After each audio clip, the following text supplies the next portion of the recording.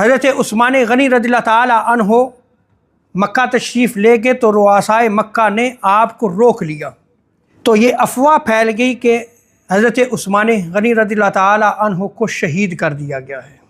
اور یہ خبر جب حضور سید عالم صلی اللہ علیہ وسلم تک پہنچی تو حضور علیہ الصلوۃ والسلام نے پھر ارشاد فرمایا کہ اب ہم لوگ لڑائی کیے بغیر یہاں سے نہیں ٹلیں گے، اب لڑائی ہوگی۔ پھر حضور سید عالم صلی اللہ علیہ وسلم نے لوگوں کو بیعت کی دعوت دی، اور یہ بیعت ببول ثمر کے درخت کے نیچے، اکشا ٹری کے نیچے جو ہے یہ بیعت مقرر ہوئی۔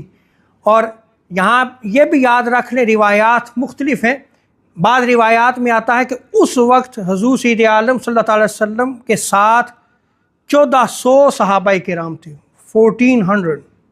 بعض روایات میں 1500 کا بیان کیا گیا، 1500 صحابہ کرام موجود تھے، اور انہوں نے حضور سید عالم صلی اللہ علیہ وسلم کے دست اقدس پہ بیعت کی کہ یا رسول اللہ، ہم آپ کے حکم کی اطاعت کریں گے، اللہ اور اس کا رسول جو حکم دیں گے ہم اس حکم کو مانیں گے، ایکسیپٹ کریں گے، اس کی پیروی کریں گے، اس کی اطاعت کریں گے۔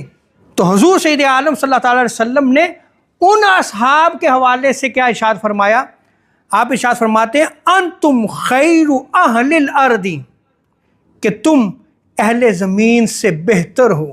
تو ٹائٹل کیا دے دیا کہ تم بڑے ہی بہترین لوگ ہو اس وقت۔ مبشر بیان کرتی ہیں کہ حضور سید عالم صلی اللہ علیہ وسلم نے ارشاد فرمایا کہ جن لوگوں نے درخت کے نیچے بیعت کی تھی، ان اصحاب شجرہ میں سے کوئی شخص بھی دوزخ میں داخل نہیں ہوگا۔ اب جو میں نے ذکر کیا تھا کہ وہاں پہ حضرت عثمان غنی رضی اللہ تعالی عنہ وہاں پہ موجود نہیں تھے، وہ تو مکہ میں گئے ہوئے تھے، قاصد بن کے گئے تھے، آپ کا میسج اور پیغام لے کر گئے تھے۔ تو اس وقت حضور سید عالم صلی اللہ علیہ وسلم نے ارشاد فرمایا، اے اللہ، بے شک عثمان اللہ اور اس کے رسول کے کام لگا ہوا ہے، ڈیوٹی حضور نے لگائی۔ سو حضور سید عالم صلی اللہ تعالی علیہ وسلم نے اپنا ایک ہاتھ دوسرے ہاتھ پہ مارا اور فرمایا یہ ہاتھ عثمان کا ہے۔